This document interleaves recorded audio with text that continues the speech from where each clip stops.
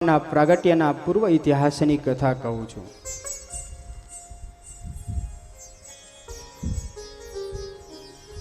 એ પ્રાગટ્યના પૂર્વ ઇતિહાસની કથા ખૂબ જ સુંદર છે. સુવ્રત મુનિ કહે છે, રાજન સાંભળ, એ દ્વાપરનો અંત અને કળિયુગનો પ્રારંભ થયો છે અને ત્યારથી આ પૃથ્વી ઉપર અધર્મ અનીતિઓ વધવા લાગી છે. અધર્મ સર્ગ વંશે સહિત વૃદ્ધિ પામવા લાગ્યો છે. એ ભારતની ભૂમિમાં અતિશય પાપો થવા લાગ્યા છે. અધર્મ અનીતિ વહેમ અંધશ્રદ્ધાઓ વધવા લાગ્યા છે.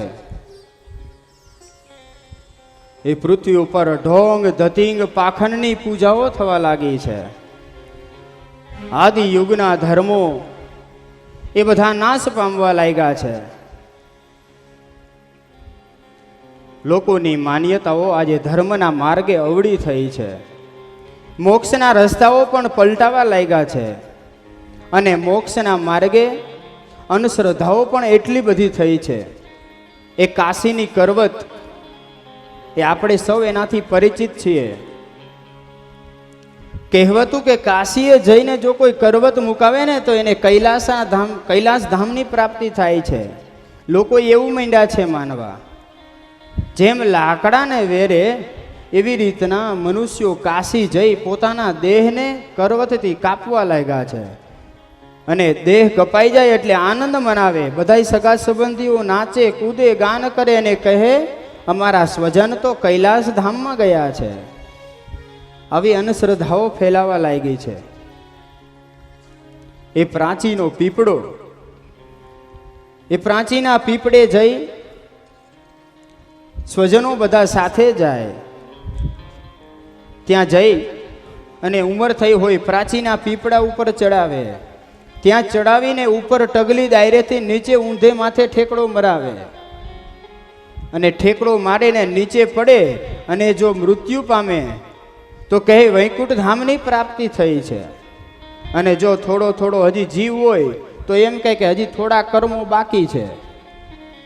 બીજી વખત ચડાવે, ફરી પછાડે. પાણી માગે તો પાણી પણ પાય નહીં અને ઉપર જાય તો સ્વજનો આનંદ મનાવે. વાહ, અમારા સ્વજન તો વૈકુંઠ ધામમાં ગયા છે. એ ભૈરવ જંપ, એ સૌરાષ્ટ્રના ગિરનાર પર્વત ઉપર એક ભૈરવ જંપ પર્વત છે. પોતાના સ્વજન વૃદ્ધ થયા હોય તો એમ કે હવે તો ધામમાં જવાનો તૈયારી થઈ ચૂકી છે. આપણે હવે આમને પર્વત ઉપર લઈ જઈએ. બધા સાથે મળી અને એમને તૈયાર કરે. કપાળ ઉપર સરસ મજાની કેસરની આડ કરે, વાંસામાં ચંદનના થાપા લગાવે, ફૂલની માળાઓ પહેરાવે અને વાજતે ગાજતે પહાડ ઉપર લઈ જાય. એ ઢોલ તાસા તુરિયા જાન આદિ તાનથી બધા એને તાન ચડાવે છે અને પછી ત્યાં ઉપર લઈ જાય, ત્યાં ઊભા રાખે. ખૂબ અબીલ ગુલાલ કંકુઓ છાટે અને આવા વાજિત્રો વાગતા હોય. તાન ચડે એટલે જોરથી પાછળથી ધક્કો મારી દે અને પડે નીચે. નીચે પડે ને હાડકા વિખાઈ જાય અને નીચે બધા આનંદ મનાવે કે વાહ, અમારા સ્વજન તો દત્તના ધામમાં ગયા છે. આવી અંધશ્રદ્ધાઓ આજે પૃથ્વી ઉપર વધવા લાગી છે. અરે મોક્ષના માર્ગની અંદર આવી અંધશ્રદ્ધાઓ ફેલાવા લાગી છે. એ જોવો તમે, સતી પ્રથા, એ જીવતી જીવતી નારી પોતાનો પતિ ધામમાં જાય એટલે એને એ ચિત્તાની અંદર સળગીને મૃત્યુ પામવાનું. દીકરીને દૂધ પીતી કરવાના રિવાજો, આવા કુરિવાજીઓએ આજે પૃથ્વી ઉપર માજા મૂકી હતી. અતિશય પાપો થવા લાગ્યા છે. હવે આવા પાપો આ પૃથ્વી ઉપર થવા લાગ્યા. એ ભારત વર્ષના ઋષિ મુનિઓને ચિંતા થવા લાગી છે કે આ ભારત ખંડની અંદર, આ ભારત ખંડ તો અમારો દેશ છે, અમારો ખંડ છે, આવા પાપો થવા લાગ્યા, આનો કંઈક ઉપાય કરવો જોઈએ. અને ભારત વર્ષના ઋષિ મુનિઓ એકત્રિત થયા છે. આવી દુર્દશાઓ એમનાથી જોવાતી નથી. એ મરીચી, વશિષ્ઠ, અત્રિ, અંગીરા, કશ્યપ, ભરદ્વાજ, ગૌતમ, કણવ, યાજ્ઞવલ્ક્ય, પરાશર, વિશ્વામિત્ર, વાલ્મીકી, મૈત્રી આદિક ઋષિ મુનિઓ એકત્રિત થયા અને બધા ભેગા થઈ વિચારણાઓ કરવા લાગ્યા કે હવે શું કરીએ તો આપણા ભારત વર્ષનો ઉદ્ધાર થાય. અને બધાએ વિચાર કરતા છેલ્લે સાર મળ્યો કે આ ભારત વર્ષની અંદર આ ભારત ખંડના રાજા ભગવાન નરનારાયણ દેવની પાસે જો આપણે બધા સાથે મળીને જઈએ તો એ જ આપણને આનો ઉપાય બતાવે. એટલે બધા સાથે મળી અને હિમાલય તરફ જવા નીકળ્યા છે. એ બદ્રિકાશ્રમમાં નરનારાયણ ઋષિને મળવા માટે નીકળ્યા છે. સુવ્રત મુનિ કહે છે, હે રાજન સાંભળ, એ ઉત્તર દિશામાં એ મહાન પર્વત હિમાલય આવ્યો છે. સર્વે પર્વતોમાં શ્રેષ્ઠ એવો હિમાલય.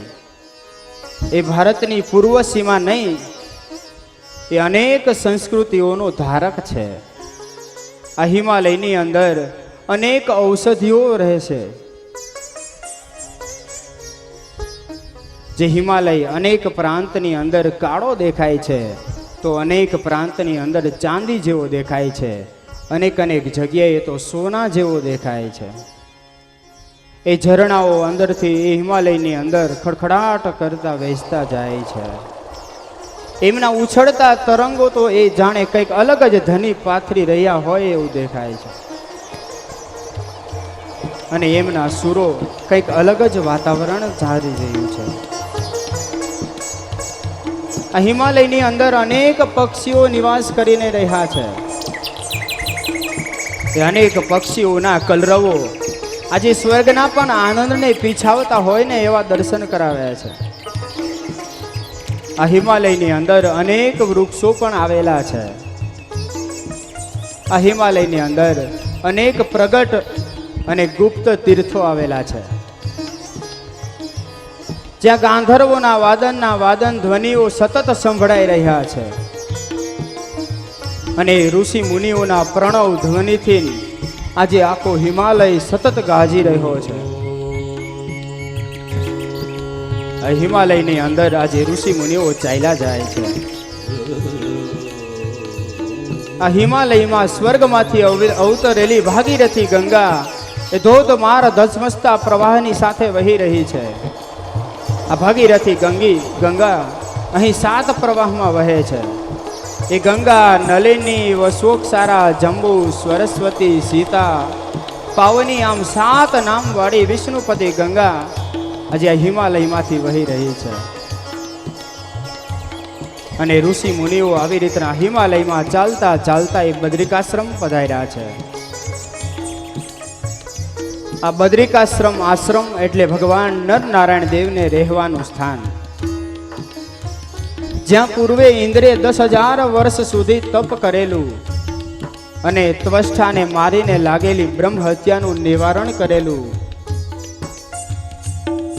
એવો આ પાવનકારી આશ્રમ.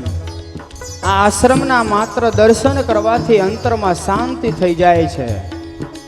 એવા આશ્રમની અંદર આજે ઋષિ મુનિઓ પધાર્યા છે.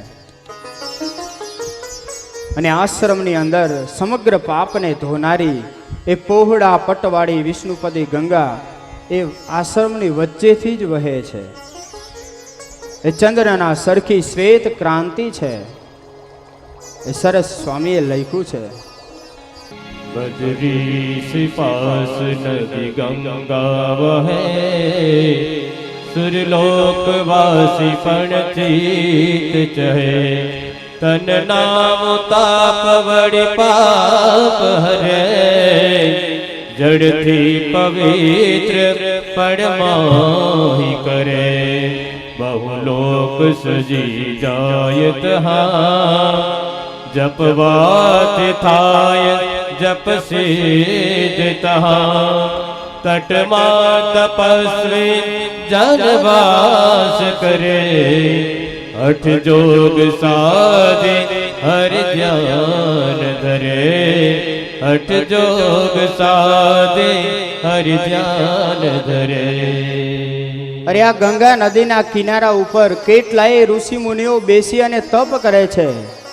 સ્વર્ગ આદિક એ લોકમાંથી આવીને દેવતાઓ પણ અહીં તપ કરે છે. અરે પોતપોતાના લોક ત્યાગ કરી દેવતાઓ અહીં આવીને નિવાસ કરીને રહે છે. અને તત્કાળ અહીં આ ગંગા નદીના કિનારા ઉપર આવીને જે તપ કરે એના તરત ફળની પ્રાપ્તિ થાય એવી પાવનકારી ગંગા અહીંથી વહે છે. અહીં અનેક ઋષિ મુનિઓ તથા અનેક યોગીઓ પણ નિવાસ કરે છે. હિંસક પ્રાણીઓની હિંસક વૃત્તિઓ પણ અહીં નાશ પામી જાય છે. આ આશ્રમની અંદર જન્મોથી જે વેરી છે એ પણ પ્રાણીઓ સાથે રહે છે. સર્પો અને નોળિયાઓ સાથે રહે, સિંહ અને હાથીઓ સાથે રહે છે, ઉંદર અને બિલાડાઓ સાથે રહે, એ શિયાળો અને નહોરો પણ સાથે રહે, ઘુવડો અને કાગડાઓ સાથે રહે, હરણાઓ અને દીપડાઓ પણ આશ્રમની અંદર સાથે રહે છે. અનેક પ્રાણીઓ અહીં કામ ક્રોધ આદિ જે દોષો છે એનાથી પર થઈને આશ્રમની અંદર રહે છે. આવું અદ્ભુત વાતાવરણ અહીંનું છે. અહીં ક્યારેય ભૂખ તરસ લાગતી નથી. ટાઢ તડકો આદિ શારીરિક ધર્મો પણ સ્પર્શી શકતા નથી. આશ્રમની અંદર એક વિશાલા નામની બોરડી આવેલી છે. એ વિશાળ ખૂબ જ વિશાળ છે. તેની વિશેષતાઓ પણ ખૂબ છે. આ બોરડીની નીચે ખડ, લીલા તૃણ, મચ્છર આદિકના કોઈ પણ પ્રકારના ઉપદ્રવ પણ નથી. અહીં આ બોરડીની નીચે ભૂખ તરસ ટાઢ તડકો આદિક પણ સ્પર્શી શકતા નથી. આ બોરડીની સકામ ઋષિ મુનિઓ પ્રતિદિન પૂજા પાઠ કરે છે. અહીં કળિયુગનો પણ લેશ માત્ર પ્રવેશ નથી. નરનારાયણ ઋષિ ભક્તોના શ્રેયને માટે આ બોરડીની નીચે બેસી સતત તપ કરી રહ્યા છે. આ બદ્રિકાશ્રમમાં એ ભરતખંડની યાત્રા કરતા એ ઋષિ મુનિઓ પધાર્યા છે. અને ઋષિ મુનિઓનું આગમન થયું. સુવ્રત મુનિ કહે છે, હે રાજન, નિત્યના નિયમ પ્રમાણે આજે ઉદ્ધવજી, નારદજી તથા ઋષિ મુનિઓથી ઘેરાયેલા થકા એ પર્ણશાળામાં ભગવાન પોતાની નિત્ય વિધિ કરી રહ્યા છે. અને ભગવાન નર પોતાની નિત્ય વિધિથી પરવારી અને બહાર વેદિકા ઉપર આવીને બિરાજમાન થયા છે. અને જ્યારે ઋષિ મુનિઓને આવતા જોયા ને ત્યારે નર ભગવાન ઊભા થયા છે. નર ભગવાન કહે છે, ત્યારે દીઠા ઋષિરાય આસનથી ઉઠી લાગ્યા પાય. ત્યારે નરે દેખા ઋષિરાય આસનથી ઉઠી લાગ્યા પાય. પછી ઋષિ પડ્યા નર શરણે વાધિવાલ બન જાય વરણે. હે પતે રોતે પડા નર ચરણે વાદેવાલ બન જાય વરણે. ઋષિ મુનિઓને ભગવાન નરે દીઠા છે અને નર ભગવાન તત્કાળ ઊભા થયા છે. ઋષિ મુનિઓ સમક્ષ દોડ્યા છે અને ઋષિ મુનિઓ પણ ભગવાન નર તરફ દોડ્યા. બંને પરસ્પર પ્રણામ કરી અને આગતા સ્વાગતા કરવા લાગ્યા છે અને પરસ્પર ભેટ્યા છે. પછી ભગવાન નર ઋષિ મુનિઓને લઈ એ બોરડીની નીચે ત્યાં વેદિકા ઉપર બિરાજમાન થયા. ઋષિ મુનિઓ સમક્ષ બિરાજમાન થયા છે. બધાનું સ્વાગત કર્યું છે. એ વચનથી સ્વાગત કરતા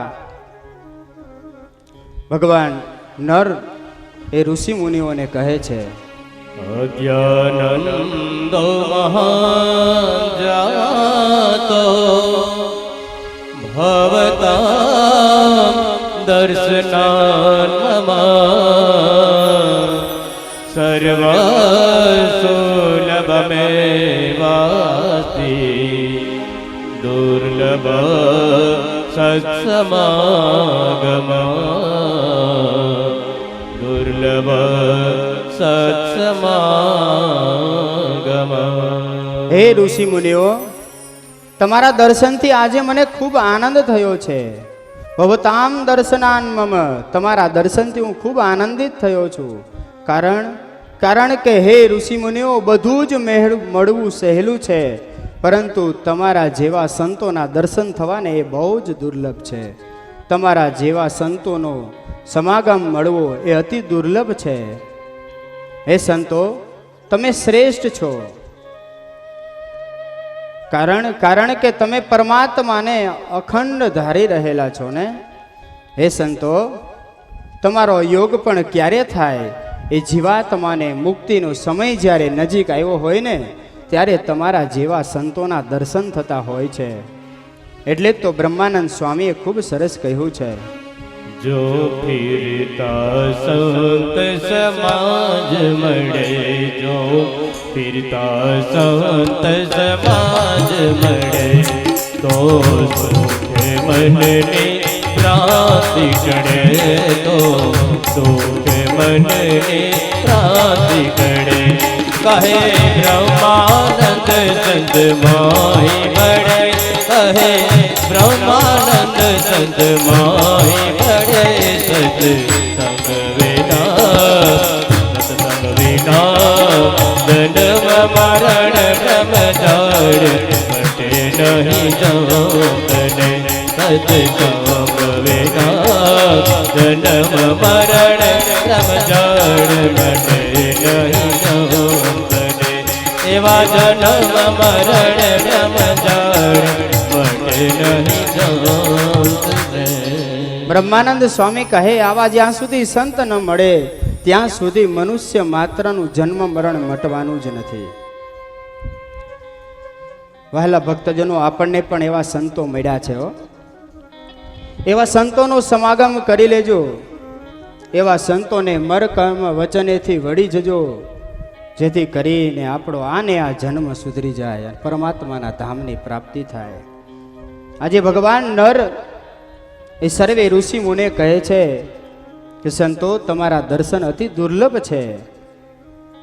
હે સંતો, તમારા દર્શન માત્રથી જીવ સુખી સુખી થઈ જાય છે. આવી રીતના જ્યાં પરસ્પર વાર્તાલાપ થાય છે ને, ત્યાં તો હે રાજન, ભગવાન નારાયણ પધાર્યા છે. એ ઉદ્ધવ, નારદ, સિદ્ધો, મુનિઓએ સહિત વીટળાયા થકા આજે ભગવાન નારાયણ પધાર્યા. ભગવાન નર અને ઋષિ મુનિઓ બધા પ્રત્યક્ષ ઊભા થયા છે. મરિત્યાદિક ઋષિ મુનિઓ તો દર્શન કરવામાં તલ્લીન થયા છે. એ ભગવાનની મૂર્તિનું કેવું અદ્ભુત સ્વરૂપ હતું. ભક્તો હૃદય કમળમાં ધારજો. એ સદા કિશોર મૂર્તિ છે. ખૂબ જ તપ કરેલું, જેથી એમની કાયા અતિ કૃશ થયેલી છે. બધી જ નાળીઓના દર્શન એ પ્રત્યક્ષ થઈ રહ્યા છે. સૂર્યના સમાન તેજસ્વી મૂર્તિ છે. બંને ભુજાઓ જાનુ પર્યંત લાંબી છે. મસ્તક ઉપર પિંગલ વર્ણ જટા ધારણ કરેલી છે. સરસ મજાના શ્વેત વસ્ત્ર પહેરેલા છે. શ્વેત ઉદ્રપુંડ તિલક ધારણ કરેલું છે. કંઠમાં સરસ મજાની તુલસીની બેવડી માળા પહેરેલી છે. ડાબે ખંભે સરસ યજ્ઞોપવિત શોભી રહી છે. સરસ મજાના પુષ્પના હાર ધારણ કરેલા છે અને બાજુબંધ પહેરેલા છે. મંદ મંદ હાસ્ય કરતા આજે પ્રભુ એ ધીમે ધીમે ચાલતા આવે છે. એ ઋષિ મુનિઓ ઉપર અમી દ્રષ્ટિ વરસાવતા વરસાવતા ભગવાન આજે વિશાલા નામની બોરડીને નીચે પધાર્યા. ઋષિ મુનિઓએ દેવોટ મૂકી ભગવાનને ચરણમાં પડી પડી નમસ્કાર કરવા લાગ્યા છે. અને એ પરમાત્મા એક એક ઋષિને ભેટે છે. કોઈના હાર સ્વીકાર કરે છે, કોઈને માથે બે હાથ મૂકી અને વંદન કરે, પોતાના વંદનાત્મક સ્વીકાર કરે છે. હે નાથ પધાર્યા મારો નાથ પધાર્યા ત્રિભુવન આનંદ કરતા રે ત્રિભુવન આનંદ કરતા રે મારો નાથ પધાર્યા રે નાથ પધાર્યા નાથ પધાર્યા નાથ પધાર્યા રે ત્રિભુવન આનંદ કરતા રે મારો નાથ પધાર્યા રે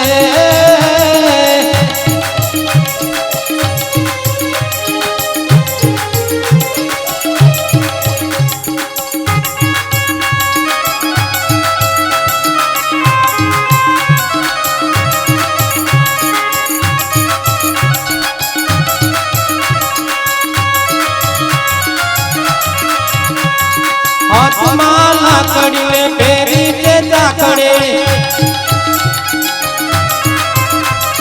હાથમાં લાકડીને પહેરી તે ચાકડે ધીરે ધીરે પગ ધરતા રે ત્રિભુવન આનંદ કરતા રે મારો નાથ પધાર્યા રે નાથ પધાર્યા મારો નાથ પધાર્યા રે ત્રિભુવન આનંદ કરતા રે મારો નાથ પધાર્યા રે ત્રિભુવન આનંદ કરતા રે મારો નાથ પધાર્યા રે ઋષિ મુનિઓ પોતાના મનની અંદર ભાવનાઓ કરે છે, આજે મારો નાથ પધાર્યા, ખૂબ આનંદિત થયા છે. એ ભગવાનનું સ્વાગત કરતા કરતા બધા બદ્રીની નીચે પધાર્યા છે. ત્યાં બેસી ભગવાને બધાનું સ્વાગત કર્યું છે. નરનારાયણ ઋષિ વેદિકા ઉપર બિરાજમાન થયા, સામે બધા ઋષિમુનિઓ બિરાજમાન થયા અને સ્વાગત કરતા કહે છે, સ્વાગતમ મુનિ શ્રેષ્ઠા યોયમાત્ર સમાગતા તત્પ્રસન્નોસ્મિ નિતરા દર્શનમ મમેક્ષિતં દર્શનમ મમેક્ષિતં. હે ઋષિમુનિઓ, તમારું અમારા આશ્રમમાં સ્વાગત છે. ભગવાન કહે છે, તમારું ભવ્ય સ્વાગત છે. સંતોની પ્રશંસા કરે છે. હે સંતો, તમારા મિલનથી આજે મને ખૂબ આનંદ થયો છે. તમે મને અતિ પ્રિય છો સંતો. બીજાની તો શું વાત કરું. ગોલોકાદિની ધામાની યયા યુયમ તે પ્રિયા. અરે સંતો, ભગવાન નારાયણ કહે છે, ગોલોકાદિની ધામાની યથા યુયમ ન તે પ્રિયા. મારા ગોલોક ધામ કરતા પણ હે સંતો, તમે મને અતિ વહાલા છો.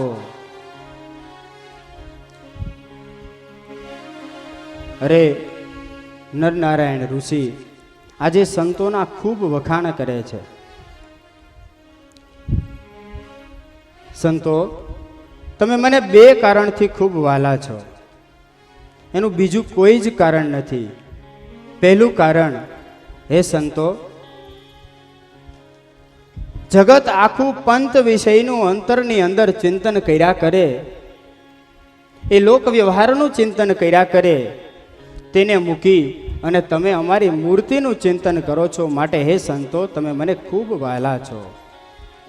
ભગવાન સ્વામિનારાયણે પણ પ્રથમના 21મા વચરામૃતમાં કહ્યું છે કે પ્રેમી ભક્તના મનરૂપી દોરીએ કરીને ભગવાન કે હું એવો વશ થાઉં છું કે ક્યારેય એ બંધનથી છૂટી શકતો નથી. ભગવાનનું નિરંતર તમે સ્મરણ કર્યા કરો છો ને, એટલે સંતો તમે મને ખૂબ વહાલા છો. અને બીજું કારણ એ છે કે તમે વિમુખ જીવના અપમાનોને સહન કરીને અમારા સ્વરૂપની ઓળખાણ કરાવો છો ને. મહાદાનાની સર્વાણી તપોયજ્ઞ વ્રતાની ચ. હે સંતો, આ દુનિયામાં અનંત પ્રકારના દાન રહેલા છે.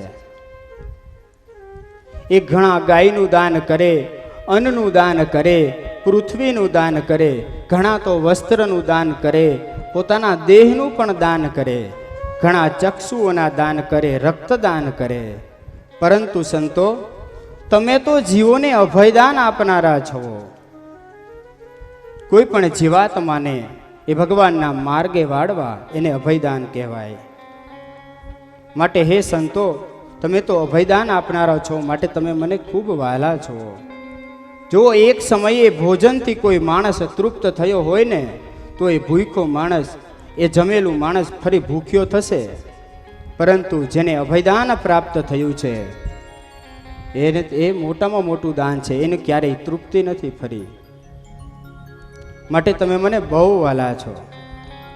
વહાલા ભક્તજનો, ભગવાન આપણે આમાંથી એ શીખવાડે છે કે આપણે પણ એ સત્સંગના માર્ગે એક હરિભગતને તો જરૂર લાવવા જોઈએ. એક વર્ષે એકને સત્સંગ કરાવીએ, ન માત્ર સંતો જ કરાવે, પરંતુ આપણે પણ કોકને સત્સંગની સારી વાતો કરી, એ મહારાજના જીવન ચરિત્રોની વાતો કરી, સંતોના જીવન ચરિત્રોની વાતો કરી અને ધીરે ધીરે સત્સંગમાં લાવવા જોઈએ. અરે આખી જિંદગીમાં 5ને તો લાવવા જોઈએ ને, પરમાત્માનો ખૂબ રાજીપો થશે હો.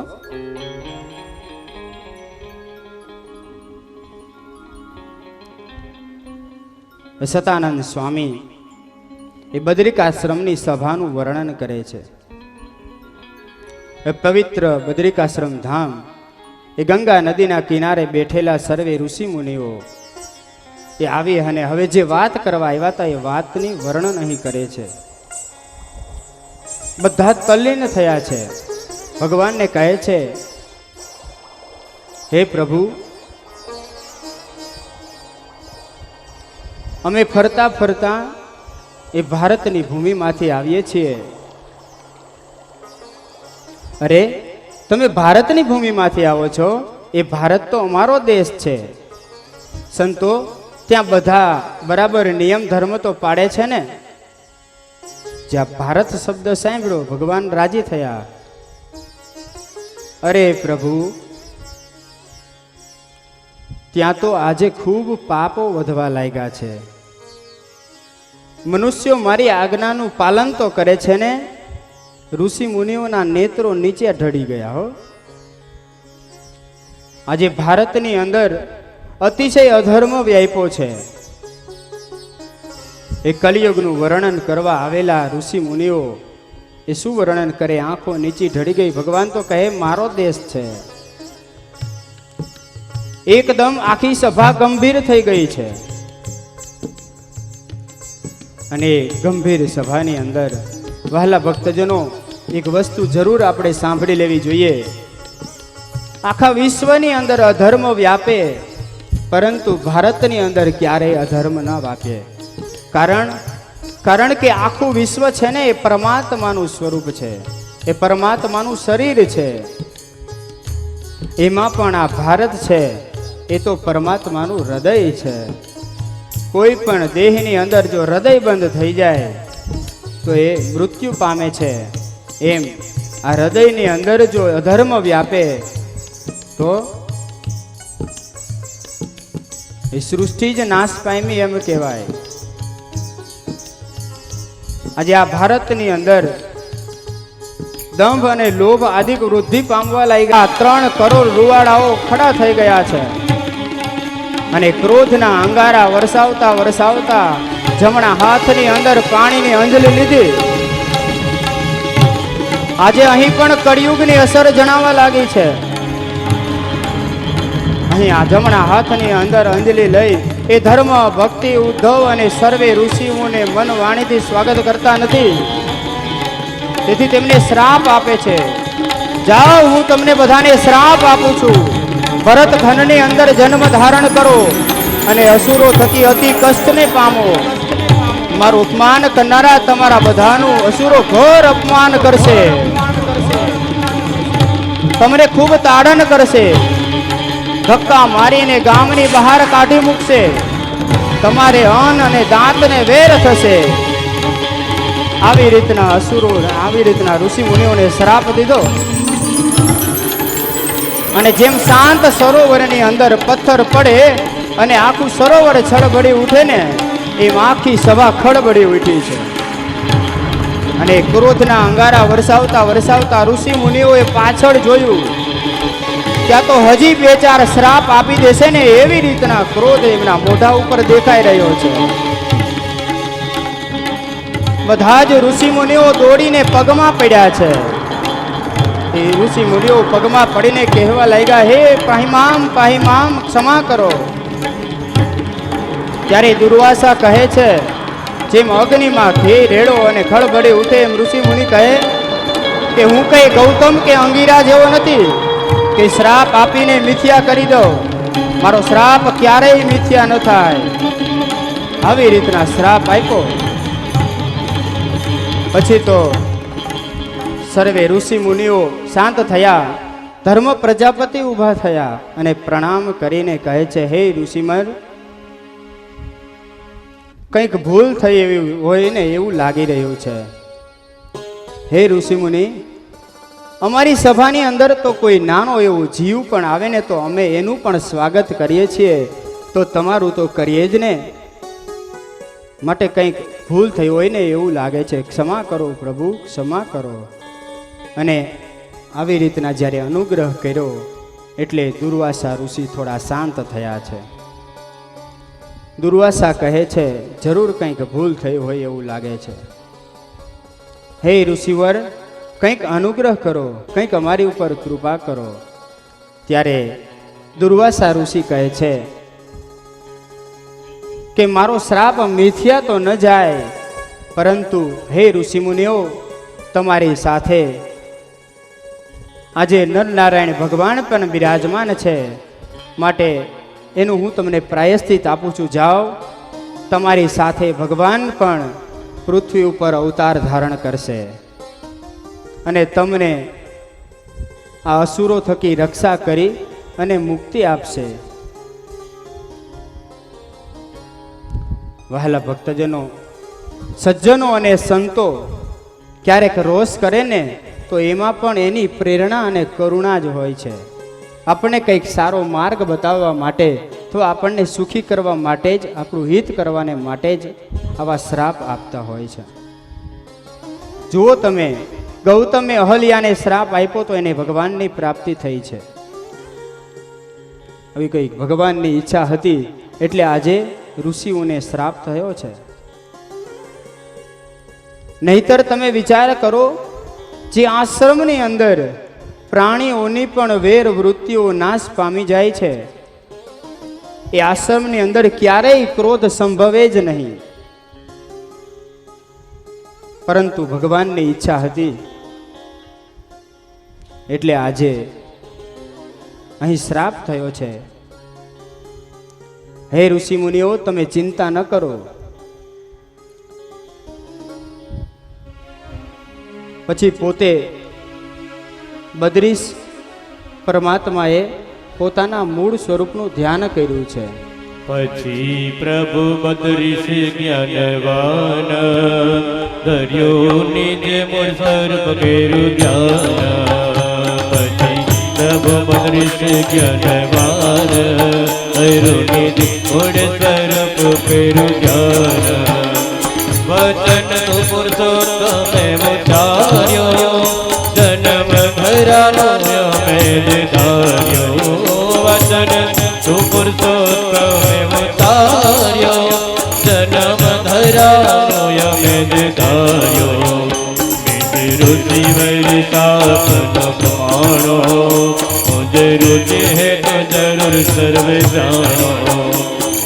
રુચિ વર્ષાપનો પ્રમાણો, મુજ રુચિ હે તો જર સર્વ જાણો. બદ્રીશ બચે જાનમાંથી જાગ્યા, મોને મન કષ્ટ મટાડવા જ લાગ્યા. બદ્રીશ બચે જાનમાંથી જાગ્યા, મોને મન કષ્ટ મટાડવા જ લાગ્યા. પછી પ્રભુ બદ્રીશ જ્ઞાનવાન દરિયો નિજ મૂળ સ્વરૂપ કર્યું ધ્યાન. દરિયો નિજ મૂળ સ્વરૂપ કર્યું ધ્યાન. વિહારી લાલજી મહારાજે હરિલેલ અમૃતમાં કહ્યું કે પછી પોતે મૂળ સ્વરૂપનું ધ્યાન કર્યું અને મૂળ સ્વરૂપનું ધ્યાન કરી અને એ વાતો પરસ્પર સંવાદ કર્યો છે કે અમારી જ ઈચ્છાથી થયો છે આ શ્રાપ, તમે ચિંતા ન કરતા, જાઓ તમે ઋષિ મુનિઓને કહો, અમે પોતે ત્યાં પધારી અને સર્વનું કષ્ટ હરીશું. આવી રીતના નરનારાયણ ઋષિએ પછી બધાએ સંતોને સાંત્વના આપતા બધી વાત કરી છે કે સંતો હવે તમે અહીંથી વિદાય લો, બધાએ અવતાર ધારણ કરવાનો સમય થાય એટલે પૃથ્વી ઉપર અવતાર ધારણ કરજો, પરમાત્મા પણ પધારશે અને સર્વના કષ્ટને હરશે.